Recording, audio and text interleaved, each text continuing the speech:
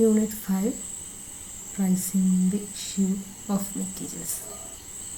അതാണ് ഇന്നത്തെ ക്ലാസ്. അപ്പോൾ സ്റ്റാർട്ട് ചെയ്യാം. ഇപ്പോൾ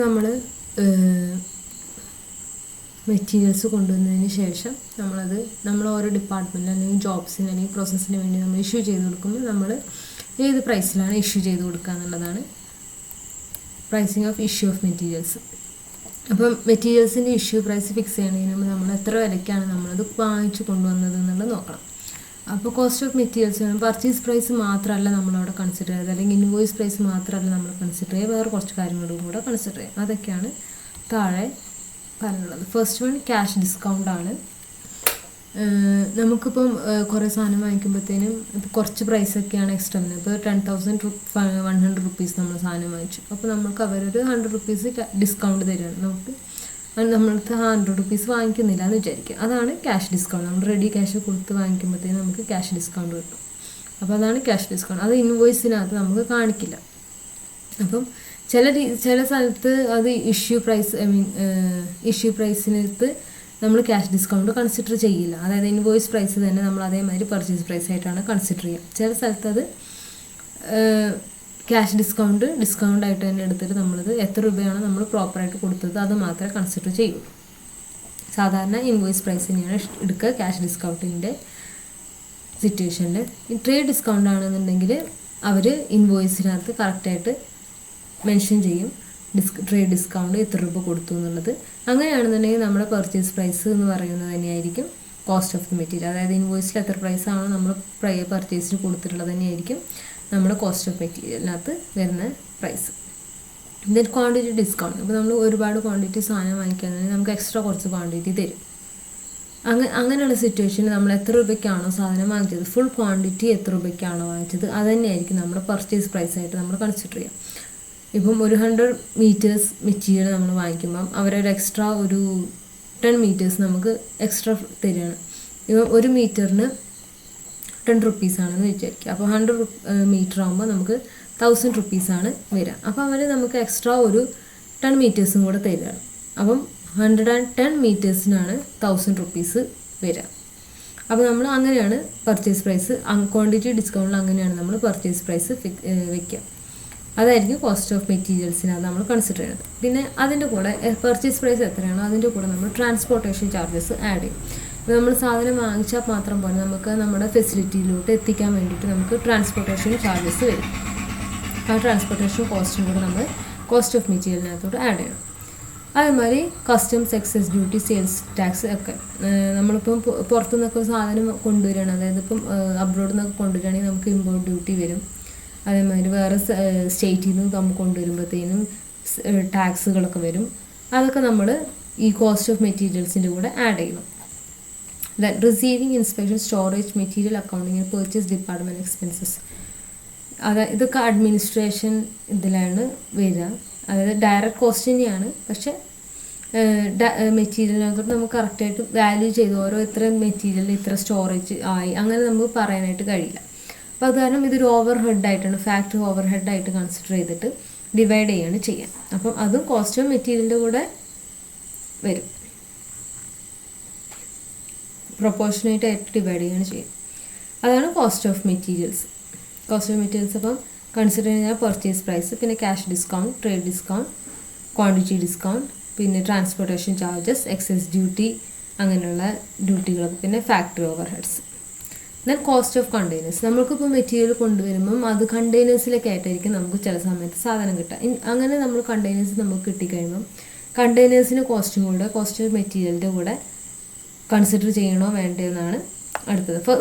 അതിന് 4 സിറ്റുവേഷൻസ് ആണുള്ളത്. ഫസ്റ്റത്തെ സിറ്റുവേഷൻ, കണ്ടെയ്നേഴ്സിന് കോസ്റ്റ് സപ്ലയർ ആഡ് ചെയ്തിട്ടില്ല, നമ്മുടെ പർച്ചേസ് പ്രൈസിനകത്തോട്ട് അല്ലെങ്കിൽ ഇൻവോയ്സിനകത്തോട്ട് നമ്മുടെ കോസ്റ്റ് ഓഫ് കണ്ടെയ്നേഴ്സിൻ്റെ കോസ്റ്റ് ആഡ് ചെയ്തിട്ടില്ല എന്നുണ്ടെങ്കിൽ നമ്മളത് കോസ്റ്റ് ഓഫ് മെറ്റീരിയൽസിനകത്തോട്ട് കൺസിഡർ ചെയ്യേണ്ട ആവശ്യമില്ല. കാരണം നമ്മളത് പേ ചെയ്തിട്ടില്ല, കോസ്റ്റ് ഓഫ് കണ്ടെയ്നേഴ്സ് സെപ്പറേറ്റ് ആയിട്ട് നമ്മൾ പേ ചെയ്തിട്ടില്ല. രണ്ടാമത്തെ situation, cost of containers supplier charge ചെയ്തിട്ടുണ്ട്, നമ്മുടെ പർച്ചേസ് പ്രൈസിനകത്തോട്ട് കണ്ടെയ്നേഴ്സിന് കോസ്റ്റ് ആഡ് ചെയ്തിട്ടുണ്ടെന്നുണ്ടെങ്കിൽ അത് റിട്ടേൺ ചെയ്യാൻ പറ്റാത്ത ഓപ്ഷൻ ആണെന്നുണ്ടെങ്കിൽ അത് നമ്മുടെ കോസ്റ്റ് ആയിട്ട് തന്നെയാണ് നമ്മൾ കൺസിഡർ ചെയ്യേണ്ടത്. തേർഡ് സിറ്റുവേഷൻ എന്താണെന്ന് വെച്ച് കഴിഞ്ഞാൽ സപ്ലയർ ചാർജ് ചെയ്തിട്ടുണ്ട് കണ്ടെയ്നേഴ്സിൻ്റെ കോസ്റ്റ്, പക്ഷേ നമുക്കത് റീസെയിൽ ചെയ്യാനുള്ള റിട്ടേൺ ചെയ്യാനുള്ള ഒരു ഓപ്ഷൻ ഉണ്ട്. അപ്പോൾ നമുക്ക് എത്ര രൂപയാണോ റിട്ടേൺ ചെയ്യുമ്പം അതിൻ്റെ ആ വാല്യൂ നമ്മുടെ പർച്ചേസ് പ്രൈസിൻ്റെ കുറച്ചിട്ടാണ് നമ്മൾ കോസ്റ്റ് ഓഫ് മെറ്റീരിയൽസ് കണ്ടുപിടിക്കുക.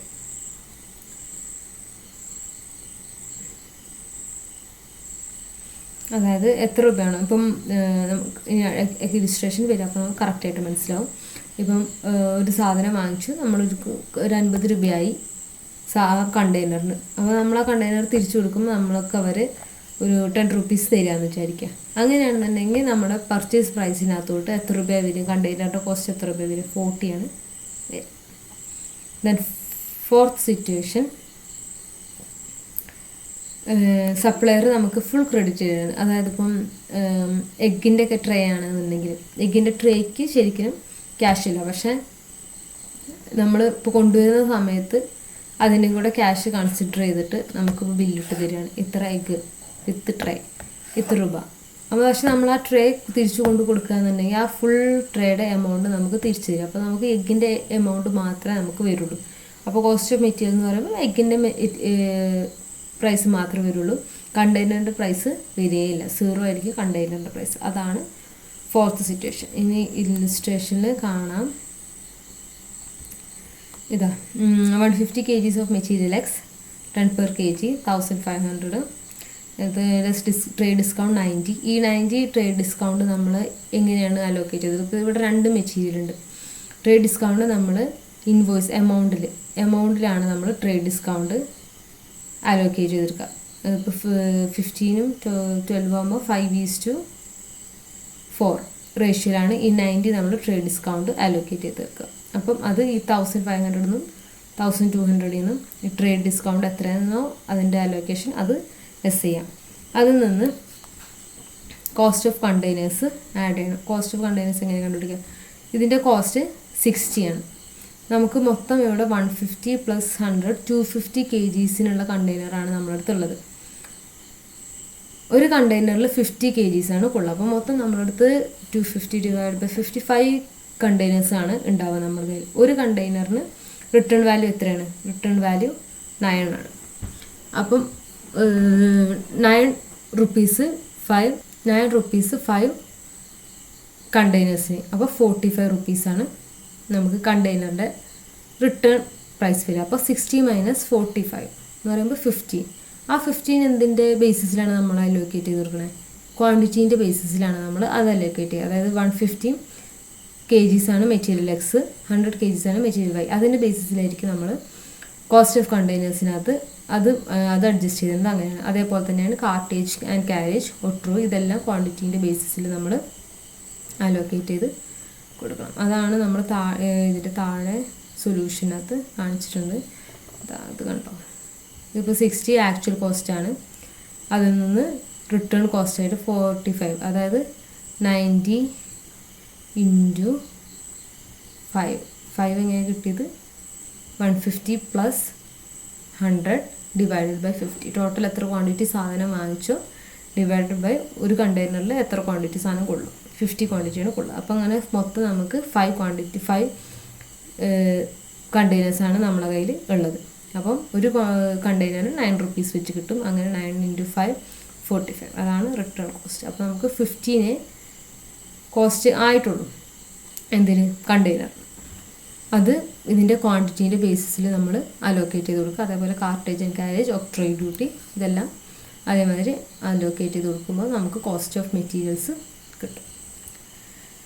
Then next problem in pricing the issue of materials. നമ്മൾ ഒരു മെറ്റീരിയൽ ഇഷ്യൂ ചെയ്യുമ്പം അതിൻ്റെ പ്രൈസ് ഫിക്സ് ചെയ്യണം. അതിൻ്റെ പ്രൈസ് നമ്മൾ എങ്ങനെയാണ് ഫിക്സ് ചെയ്യുക? അത് ഫിക്സ് ചെയ്യണതിന് കുറച്ച് മെത്തേഡ്സ് ഒക്കെ ഉണ്ട്. അപ്പോൾ നമ്മൾ അതിൻ്റെ മെത്തേഡ് ചൂസ് ചെയ്യുമ്പോൾ അതിന് മുമ്പ് നമ്മൾ കുറച്ച് പ്രൈസിങ് ഇഷ്യൂ പ്രൈസ് ഫിക്സ് ചെയ്യുന്നതിൻ്റെ കുറച്ച് സാറ്റിസ്ഫൈ ചെയ്യുന്ന കാര്യങ്ങളൊക്കെ ഉണ്ട്. കണ്ടീഷൻസ് സാറ്റിസ്ഫൈ ചെയ്യണം. അതെന്തൊക്കെയാണെന്നാണ്. ഫസ്റ്റ് സാറ്റിസ്ഫൈ ചെയ്യേണ്ട കണ്ടീഷൻ, നമ്മുടെ കോസ്റ്റ് ഓഫ് മെറ്റീരിയൽസിനെക്കാട്ടിലും കൂടുതലായിരിക്കണം ഇഷ്യൂ പ്രൈസ്, അല്ലെങ്കിൽ നമുക്ക് നഷ്ടം ഉണ്ടാവും. ഓക്കെ, അപ്പോൾ അതാണ് ഫസ്റ്റ്. കോസ്റ്റ് ഓഫ് മെറ്റീരിയലിനെക്കാട്ടി കൂടുതലായിരിക്കണം issue price. Second one, current market price എന്താണോ അതിനെ റിഫ്ലക്റ്റ് ചെയ്യണം. റിഫ്ലക്റ്റ് ചെയ്യുന്നതായിരിക്കണം ഇഷ്യൂ പ്രൈസ്. പിന്നെ സിഗ്നിഫിക്കൻറ്റ് വേരിയേഷൻ ഉണ്ടാകാൻ പാടില്ല. അതായത് ഇപ്പം ഇന്ന് ഒരു സാധനം ഇഷ്യൂ ചെയ്തു, ആ സെയിം സാധനത്തിന് തന്നെ ഒരുപാട് ഡിഫറെൻറ്റ് പ്രൈസിലായിരിക്കരുത് നാളെ ഇഷ്യൂ ചെയ്യുന്നത്. അതാണ് ഒരു സ്റ്റെബിലിറ്റി ഉണ്ടാവണം ഇഷ്യൂ പ്രൈസിന്. പിന്നെ ഫോർത്ത് വൺ, ക്ലോസിംഗ് സ്റ്റോക്കുമായിട്ട് ഹെവി അഡ്ജസ്റ്റ്മെൻറ്റ് അതിൻ്റെ ആവശ്യം ഉണ്ടാകാൻ പാടില്ല. അതായത് ക്ലോസിംഗ് സ്റ്റോക്ക് വാല്യുവേഷൻ്റെ സമയത്ത് ഹെവി അഡ്ജസ്റ്റ്മെൻറ്റ് ഉണ്ടാകാത്ത രീതിയിൽ വേണം നമ്മൾ ഇഷ്യൂ പ്രൈസ് ഫിക്സ് ചെയ്യാനായിട്ട്. പിന്നെ ഇറ്റ് ഷുഡ് ബി സിമ്പിളായിട്ടും ഈസി ആയിട്ട് നമുക്ക് കണ്ടുപിടിക്കാൻ കഴിയണം ഇഷ്യൂ പ്രൈസ്. അതാണ് കണ്ടീഷൻ സാറ്റിസ്ഫൈ ചെയ്യേണ്ട. ഇഷ്യൂ പ്രൈസ് ഫിക്സ് ചെയ്യുമ്പോൾ നമ്മൾ സാറ്റിസ്ഫൈ ചെയ്യേണ്ട കണ്ടീഷൻസ്. ഇനി മെത്തേഡ് ഓഫ് പ്രൈസിങ് ലിസ്റ്റ് ഉണ്ട്, പല പല മെത്തേഡ്സ് ഉണ്ട് നമുക്ക് പഠിക്കാനുള്ളത്. First in first out method എന്ന് പറയുമ്പോൾ നമുക്ക് ഫസ്റ്റ് ഏത് മെറ്റീരിയൽസ് ആണോ വന്നത് അതായിരിക്കും നമ്മൾ ഫസ്റ്റ് ഇഷ്യൂ ചെയ്ത് കൊടുക്കുക. അതായത് ഇന്നിപ്പം ജാനുവരി 1 കുറച്ച് പ്രൊഡക്ട്സ് വന്നു, കുറച്ച് മെറ്റീരിയൽസ് വന്നു. ജാനുവരി 2 കുറച്ച് മെറ്റീരിയൽസ് വന്നു. ജാനുവരി 3 കുറച്ച് മെറ്റീരിയൽസ് വന്നു. ഈ ജാനുവരി 4 മെറ്റീരിയൽസ് ഇഷ്യൂ ചെയ്യുമ്പം നമ്മൾ ഇഷ്യൂ ചെയ്യേണ്ടത് ഏത് മെറ്റീരിയലാണ്? ജാനുവരി 1 വന്നതാണ്, 2 വന്നതാണ്, 3 വന്നത് മെറ്റീരിയൽസാണ് ഇഷ്യൂ ചെയ്യേണ്ടത്. ഫസ്റ്റ് ഔട്ട് മെത്തേഡ് ആകുമ്പോൾ നമ്മൾ ജാനുവരി 1 വന്ന മെറ്റീരിയൽസാണ് ഇഷ്യൂ ചെയ്യുക. അതാണ് ഫസ്റ്റ് ഔട്ട് മെത്തേഡ്. അപ്പം ആദ്യം വന്നത് നമ്മൾ ആദ്യം തന്നെ ഇഷ്യൂ ചെയ്ത് വിടും. ഇവിടെ നിങ്ങൾക്ക് കാണാം, ഇതിലിപ്പോൾ 500 ജാനുവരി 1 500 വന്നു, ജാനുവരി 8 300 വന്നു. ഇനി ജാനുവരി 13 നമ്മൾ 600 ഇഷ്യൂ ചെയ്യുന്നുണ്ട്, 600 യൂണിറ്റ്സ്. അപ്പോൾ നമ്മൾ എങ്ങനെ ഇഷ്യൂ ചെയ്യാം? 500 യൂണിറ്റ്സ് ജാനുവരി 1 ഉള്ളത് ആദ്യം നമ്മൾ ഇഷ്യൂ ചെയ്യും, 5 റുപ്പീസ് നമ്മൾ ഇഷ്യൂ ചെയ്യും. അതിനുശേഷം ബാലൻസ് ഉള്ള 100 റുപ്പീസാണ് നമുക്കിവിടെ 100 യൂണിറ്റ്സ് ആണ് പിന്നെ ബാലൻസ് വേണ്ടത്. അത് നമ്മൾ ജാനുവരി 8 കൊണ്ടുവന്ന മെറ്റീരിയൽസിൽ നിന്ന് ഇഷ്യൂ ചെയ്യും. അതിൻ്റെ റേറ്റ് 5.10. അങ്ങനെയാണ് ഫസ്റ്റ് മെത്തേഡ്. ആദ്യം വന്നത് ഇഷ്യൂ ചെയ്ത് തീർക്കുകയാണ് ചെയ്യുക. നമ്മൾ ഓരോ പ്രാവശ്യം സാധനം സ്റ്റോഴ്സ് ലെഡ്ജർ നമ്മൾ കഴിഞ്ഞ യൂണിറ്റിൽ പഠിച്ചിട്ടുണ്ടായിരുന്നു. ഓരോ പ്രാവശ്യം വരുമ്പോഴും ഓരോ പ്രാവശ്യം ഇഷ്യൂ ചെയ്യുമ്പോഴും നമ്മൾ ബാലൻസ് കണ്ടുപിടിക്കണം. അതാണ് അങ്ങനെ റെക്കോർഡ് ചെയ്ത് അതിൻ്റെ എമൗണ്ട്, ക്വാണ്ടിറ്റി, റേറ്റ്, എമൗണ്ട് നമ്മൾ റെക്കോർഡ് ചെയ്ത് വയ്ക്കുന്നതാണ് സ്റ്റോഴ്സ് ലെഡ്ജർ അക്കൗണ്ട്. അതിനകത്താണ് നമ്മൾ റെക്കോർഡ് ചെയ്ത് വയ്ക്കുക. ഫിഫോ മെത്തേഡും അങ്ങനെ തന്നെയാണ്. അതിലാണ് നമ്മൾ ഓരോ പ്രാവശ്യവും റെക്കോർഡ് ചെയ്ത് വയ്ക്കണം. ഇതിൻ്റെ മെയിൻ സ്യൂട്ടബിൾ ആവുന്ന സമയം എപ്പോഴാണെന്ന് വെച്ച് കഴിഞ്ഞാൽ പ്രൈസ് ഫോളോ ചെയ്യുന്ന സമയത്ത്, അതായത് പ്രൈസ് കുറഞ്ഞുകൊണ്ടിരിക്കുന്ന സമയത്താണ് ഫസ്റ്റ് ഔട്ട് മെത്തേഡ് നല്ലത്. ആ കാരണം എന്താ വെച്ച് കഴിഞ്ഞാൽ അല്ലെങ്കിൽ നമ്മുടെ ക്ലോസിംഗ് സ്റ്റോക്കിൻ്റെ പ്രൈസ് ഓവർ പ്രൈസ്ഡ് ആയിപ്പോൾ. അതേമാതിരി ടാക്സ് ലയബിലിറ്റി പ്രൈസ് കുറഞ്ഞുകൊണ്ടിരിക്കുന്ന സമയത്താണെന്നുണ്ടെങ്കിൽ നമ്മൾ ടാക്സ് ലയബിലിറ്റി അതിനനുസരിച്ച് അഡ്ജസ്റ്റ് ആയി പോകും. അതായത് പ്രൈസ് കൂടുന്ന സമയത്ത് നമ്മൾ പോയിട്ട് ഫസ്റ്റ് ഔട്ട് മെത്തേഡ് വെച്ച് കഴിഞ്ഞാൽ എങ്ങനെയായിരിക്കും? നമ്മൾക്ക് ഏറ്റവും ആദ്യം വാങ്ങിച്ച, അതായത് പ്രൈസ് കുറഞ്ഞിരിക്കുന്ന സമയത്തുള്ള വാങ്ങിച്ച സ്റ്റോക്ക് ആയിരിക്കും നമുക്ക് അവസാനം ഉണ്ടാവുക. അപ്പോൾ നമുക്ക് ഭയങ്കരമായിട്ട് പ്രോഫിറ്റ് ഇൻക്രീസ് ആവും.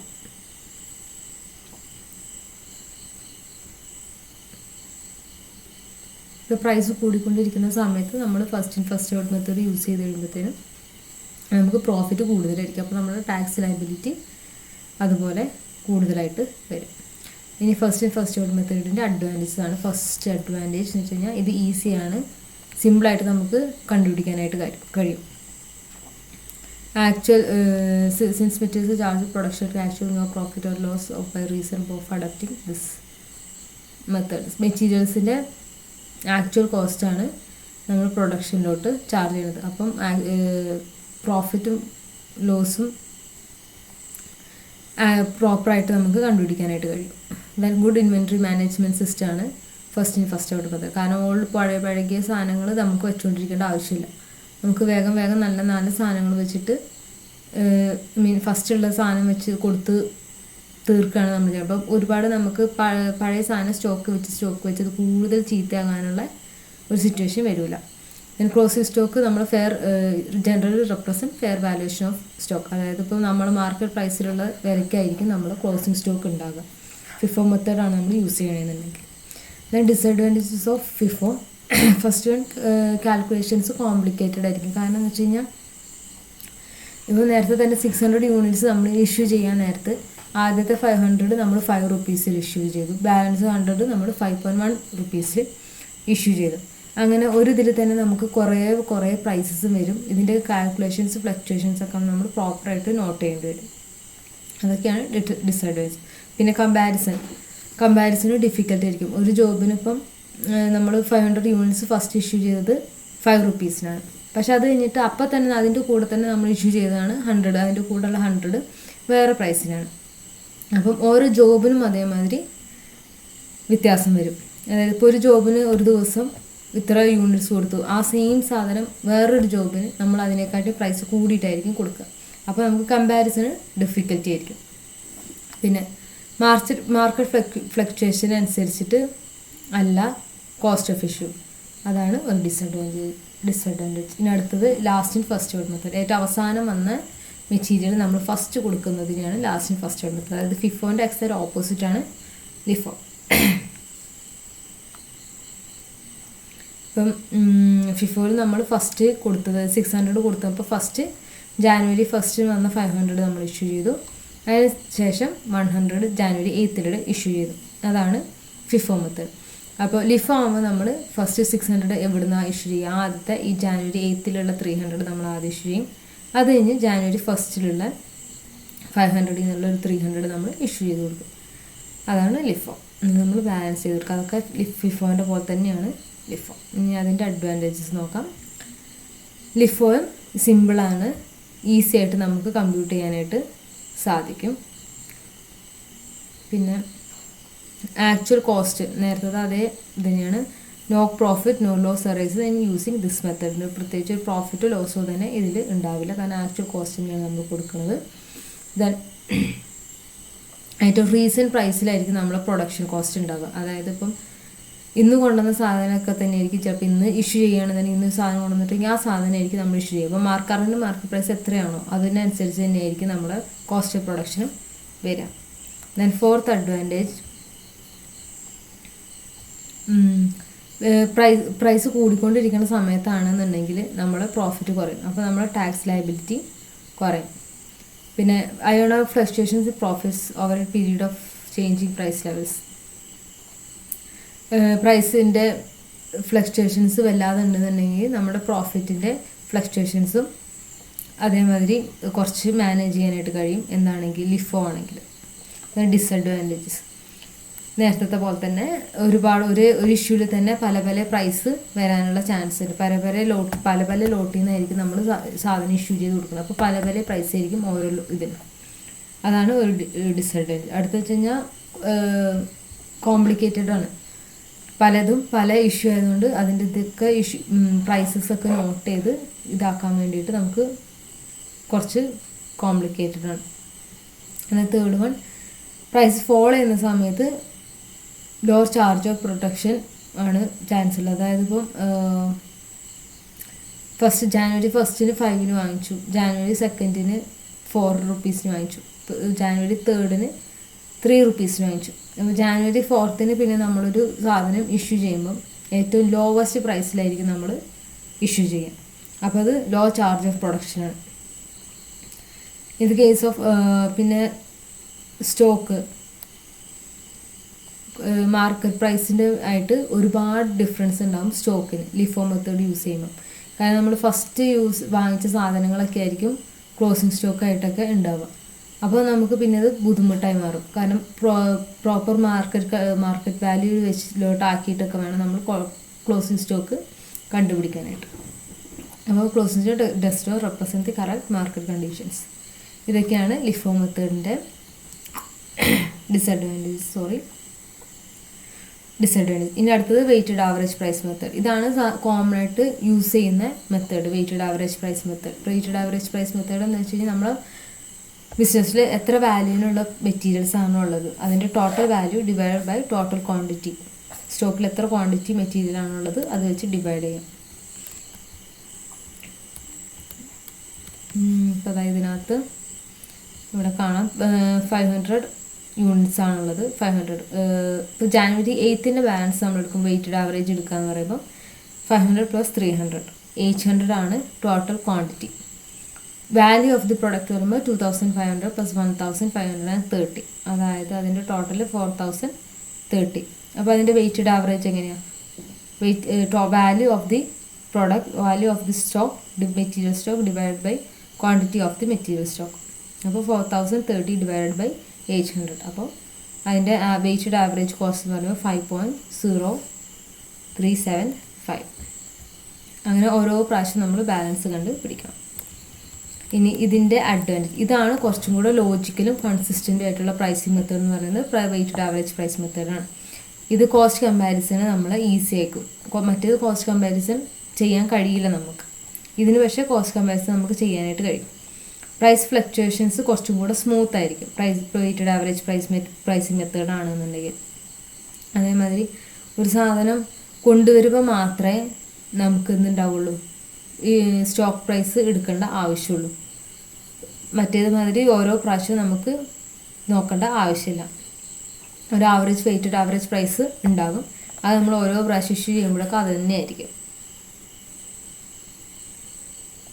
ഓരോ റെസിപ്റ്റിൻ്റെ, അതായത് പുതിയതായിട്ട് ഒരു കുറച്ച് മെറ്റീരിയൽസ് കൊണ്ടുവരുമ്പോഴാണ് അതിന് വെയ്റ്റഡ് ആവറേജ് പ്രൈസിന് വ്യത്യാസം വരാം. ഇനി ഇതിന് ഡിസഡ്വാൻറ്റേജ് വെച്ച് കഴിഞ്ഞാൽ കാൽക്കുലേഷൻസ് കുറച്ചും കൂടെ ഫിഫോനെ ലിഫോനെ വെച്ച് നോക്കുമ്പോൾ കുറച്ചും കൂടെ ബുദ്ധിമുട്ടായിരിക്കും. പിന്നെ മെറ്റീരിയൽ പ്രൈസ് കറണ്ട് പ്രൈസുമായിട്ട് റെപ്രസെൻ്റ് ചെയ്യുന്നതല്ല, അതായത് വെയ്റ്റഡ് ആവറേജ് ആണ്. പണ്ട് മുതലേ ഉള്ള മെറ്റീരിയൽസിൻ്റെ കോസ്റ്റും കൂടെ ഇതിൽ കൺസിഡർ ചെയ്യും. പിന്നെ closing stock does not represent current market price. എല്ലാത്തിൻ്റെയും കൂടെ ആവറേജ് ആയതുകൊണ്ട് തന്നെ കറണ്ട് മാർക്കറ്റ് പ്രൈസ് എത്രയാണോ അതായിരിക്കില്ല നമ്മൾ ക്ലോസിംഗ് സ്റ്റോക്ക്. പിന്നത്തെ ഡിസഡ്വാൻറ്റേജ് വെച്ച് കഴിഞ്ഞാൽ ഓരോ പ്രാവശ്യം പർച്ചേസസ് നടത്തുമ്പോൾ നമ്മൾ പുതിയ കാൽക്കുലേഷൻസ് ചെയ്തുകൊണ്ടിരിക്കണം. കാരണം പുതിയ വെയ്റ്റഡ് ആവറേജ് പ്രൈസ് കാണണം ഓരോ പ്രാവശ്യവും നമ്മൾ മെറ്റീരിയൽസ് പർച്ചേസ് ചെയ്യുമ്പോഴും. അതാണ് വെയ്റ്റഡ് ആവറേജ് പ്രൈസ് മെത്തേഡിൻ്റെ ഡിസഡ്വാൻറ്റേജ്. അടുത്തത് replacement price method. Replacement price method എന്താണെന്ന് വെച്ച് കഴിഞ്ഞാൽ നമ്മൾ മാർക്കറ്റ് പ്രൈസിനായിട്ട് റീപ്ലേസ് ചെയ്യാം. അതായത് എന്ത് പ്രൈസിൽ നമ്മൾ സാധനം വാങ്ങിച്ചാലും പ്രിവെയിലിംഗ് മാർക്കറ്റ് പ്രൈസ് എന്താണോ അതിൽ നമ്മൾ ഇഷ്യൂ ചെയ്യുന്നതാണ് റീപ്ലേസ്മെൻറ്റ് പ്രൈസ് മെത്തേഡ്. ഇപ്പോൾ ഫോർ എക്സാമ്പിൾ ഇപ്പോൾ പെട്രോളൊക്കെ ആണെങ്കിൽ നമ്മൾ കുറേ കൊണ്ടുവന്ന് സ്റ്റോക്ക് ചെയ്ത് വയ്ക്കും. എന്നിട്ട് നമ്മൾ എന്നാണോ നമ്മളത് കൊടുക്കുന്നത് ആ കൊടുക്കുന്ന മാർക്കറ്റ് പ്രൈസിലാണ് നമ്മളത് കൊടുക്കുക. നമ്മൾ വാങ്ങിച്ചുകൊണ്ടുവന്ന് തരുന്ന പ്രൈസിലല്ല, ആ സമയത്തുള്ള പ്രൈസിനനുസരിച്ചല്ല നമ്മൾ സെല്ല് ചെയ്യുക. മാർക്കറ്റ് പ്രൈസ് എന്താണോ അതിനനുസരിച്ചാണ് നമ്മൾ സെല്ല് ചെയ്യുക. അതാണ് റീപ്ലേസ്മെൻറ്റ് പ്രൈസ് മെത്തേഡ് എന്ന് പറയുന്നത്.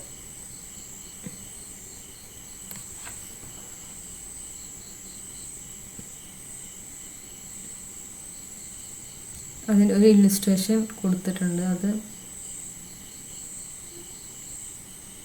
പ്രൈസ് റീപ്ലേസ്മെൻറ്റ് മെത്തേഡിൻ്റെ നേരത്തെ അതേ തന്നെ പ്രൈസ് റീപ്ലേസ്മെൻറ്റ് മെത്തേഡ് വെച്ചിട്ട് ചെയ്യുന്നതാണ്.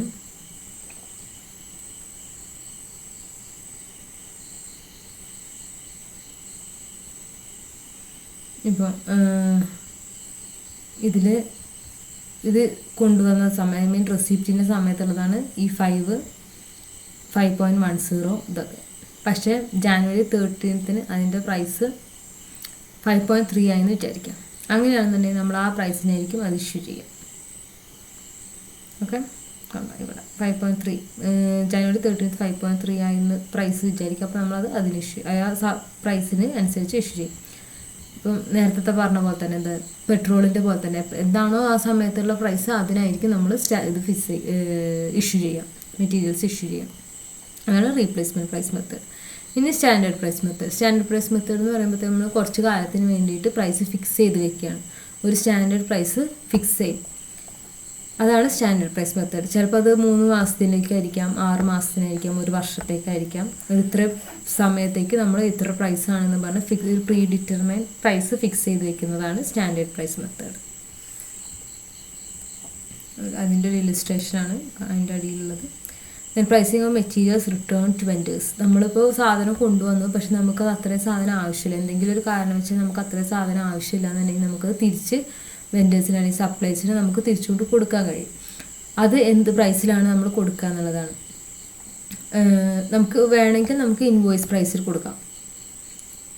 ഇൻവോയ്സ് പ്രൈസിൽ നമ്മളെങ്ങനെയാണ് നമ്മളൊരു ഡിപ്പാർട്ട്മെൻറ്റിലോട്ട് അല്ലെങ്കിൽ ജോബിന് വേണ്ടി മെറ്റീരിയൽസ് ഇഷ്യൂ ചെയ്യണത് അതുമാതിരി അതുമാതിരി വേണമെങ്കിൽ നമുക്ക് ചെയ്യാം.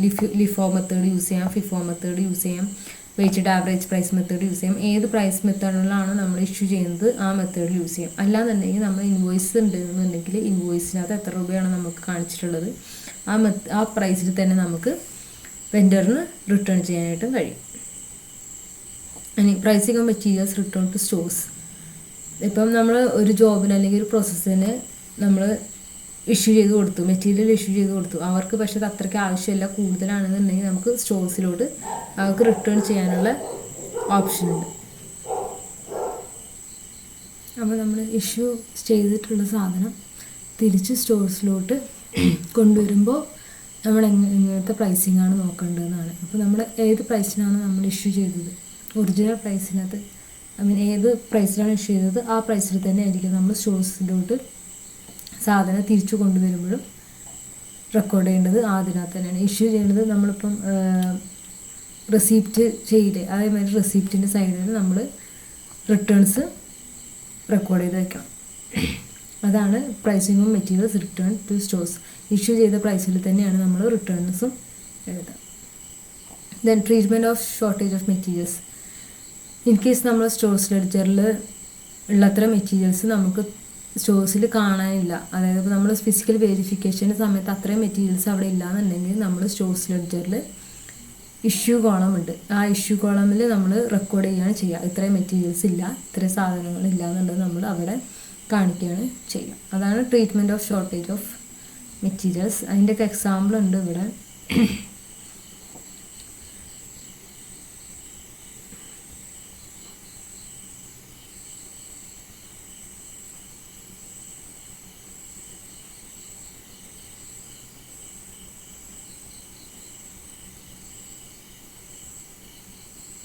ഇനി അടുത്തത് treatment of material loss. Material loss ഉണ്ടായി കഴിയുമ്പോൾ നമ്മൾ അതെങ്ങനെയാണ് ട്രീറ്റ് ചെയ്യുക എന്നുള്ളതാണ്. നമ്മൾ മെറ്റീരിയൽസ് കൊണ്ട് സ്റ്റോർ ചെയ്ത് വെക്കുമ്പം എങ്ങനെ വേണമെങ്കിലും നമുക്ക് ലോസ് ഉണ്ടാകാൻ കഴിയും. ലോസസിന് മെയിനായിട്ട് രണ്ടാക്കിയിട്ടാണ് ഡിവൈഡ് ചെയ്യുക, normal loss and abnormal loss. Normal loss പറയുമ്പോൾ നമ്മൾ നമ്മൾക്ക് ഉണ്ടാകുന്ന ലോസസാണ് നോർമൽ ലോസ്. അതായത് ഇപ്പം എവാപ്രേഷൻ, ലീക്ക്, അങ്ങനെ ഇപ്പോൾ ഗോൾഡ് എക്സാമ്പിളാക്കി എടുത്തു കഴിഞ്ഞാൽ നമ്മൾ ഗോൾഡ് ബാറായിട്ടാണ് കിട്ടുക. അതിപ്പോൾ നമ്മൾ ജ്വല്ലറി ആക്കാൻ നേരത്ത് നമുക്ക് വേസ്റ്റേജ് വരും, കുറച്ച് ഗോൾഡെങ്കിലും നമുക്ക് വേസ്റ്റ് ആയിപ്പോകും.